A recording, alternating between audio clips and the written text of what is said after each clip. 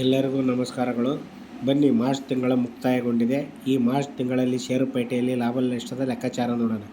1-3-2024ರಿಂದ 29-3-2024. ನಾಳೆ ನಾಡಿದ್ದು ರಜೆ ಇರೋದ್ರಿಂದ ಇವತ್ತೇ ಮಾಡ್ತಾಯಿದ್ದೀನಿ. ಫಸ್ಟ್ ಇಕ್ವಿಟಿ ಶೇರ್ ವ್ಯವಹಾರದಲ್ಲಿ ಎಷ್ಟಾಗಿದೆ ನೋಡೋಣ. ಲಾಭ ನಷ್ಟ 4,910 ರೂಪಾಯಿ ಆಗಿತ್ತು. ಬ್ರೋಕರ್ ಫೀಸ್ ತೆಗೆದು 4,510 ರೂಪಾಯಿ ಆಗಿದೆ. ನೆಕ್ಸ್ಟ್ ಫ್ಯೂಚರ್ ಆ್ಯಂಡ್ ಆಪ್ಷನ್ಸಲ್ಲಿ ಏನಾಗಿದೆ, 80,790 ರೂಪಾಯಿ ಲಾಭ ಆಗಿತ್ತು. ಬ್ರೋಕರ್ ಫೀಸ್ ಎಲ್ಲ ತೆಗೆದುಬಿಟ್ಟು 74,890 ರೂಪಾಯಿ ಆಗಿದೆ. ಬಟ್ ಆದರೆ ಹಿಂದಿನ ತಿಂಗಳು 1,80,000 ರೂಪಾಯಿ ಲಾಸ್ ಆಗಿತ್ತು. ಅದರಲ್ಲಿ 80,000 ರೂಪಾಯಿ ವಾಪಸ್ ಬಂದಿದೆ. ಇನ್ನೂ 1,00,000 ಲಾಸ್ ಹಂಗೆ ಉಳ್ಕೊಂಡಿದೆ. ಸೊ ಅದನ್ನು ತೆಗಿತೀನಿ, ನಿಧಾನಕ್ಕೆ ಬಿಡಲ್ಲ. ನೆಕ್ಸ್ಟ್ ಕರೆನ್ಸಿಯಲ್ಲಿ ವ್ಯವಹಾರ ಮಾಡಿಲ್ಲ. ಕಮಾಡಿಟಿಯಲ್ಲಿ ಏನಾಗಿದೆ ನೋಡೋಣ.